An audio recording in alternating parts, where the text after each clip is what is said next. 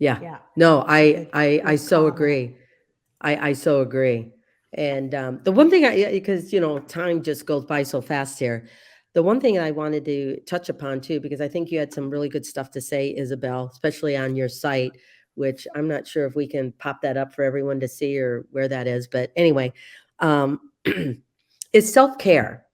When we're a mom, we can go from two extremes.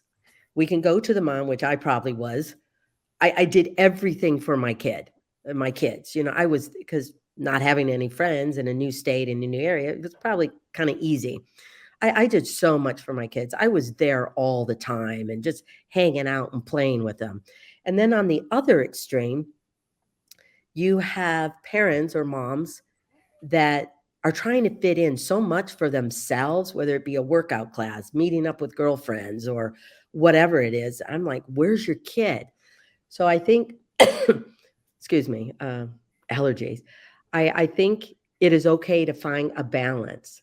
You may not be able to do something for yourselves every week, but I do think it's important to try and do something for yourself maybe once a month because that only makes you a better person, but I think it also makes you a better mom. And you can schedule it more. And that's a great thing to do in order to have the dad spend time just on his own with the kids as or your partner or whatever, um, with the child, with your children as well. Because a lot of times it's both of you guys together, depending on what your life situation is. But I think it's you don't have to feel guilty picking moments that are just for yourself. Whether it be I'm in the bedroom, I'm having a bath with bubbles, maybe a glass of wine and cheese. No one is to enter this room for at least 2 hours. So, dad, you're on your own. Yeah. 2 hours, that's a good one. Whatever. Yeah, Yeah. whatever. No, I mean, I was trying to find a good segue into all of the discussion about, postpartum depression and things like that. And I remember just looking at your baby and when they're first born and you're thinking like, I would do anything for you. I'm just going to, Yeah.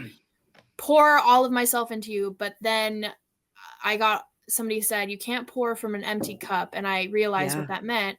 And that just meant like, okay, I'm focusing, on I'm a stay-at-home mom with Mateo, but before he was born, I had my art business and then I had to put that on hold, at first. And so I really started writing, which that was easier to do in the in-between moments when he's sleeping or when he went to bed. And I've always loved to write. And I realized that I have to connect with myself in those ways like I used to so that I don't Hmm. just completely it's beautiful to pour yourself into your children and raising your children, Yeah. but you can't lose yourself in the process. And Hmm. many women do, many people do, and it's normal, but I feel like I'm really starting to feel like myself again because I am taking those times to myself like Hmm. you said, even if Hmm. it's once a month.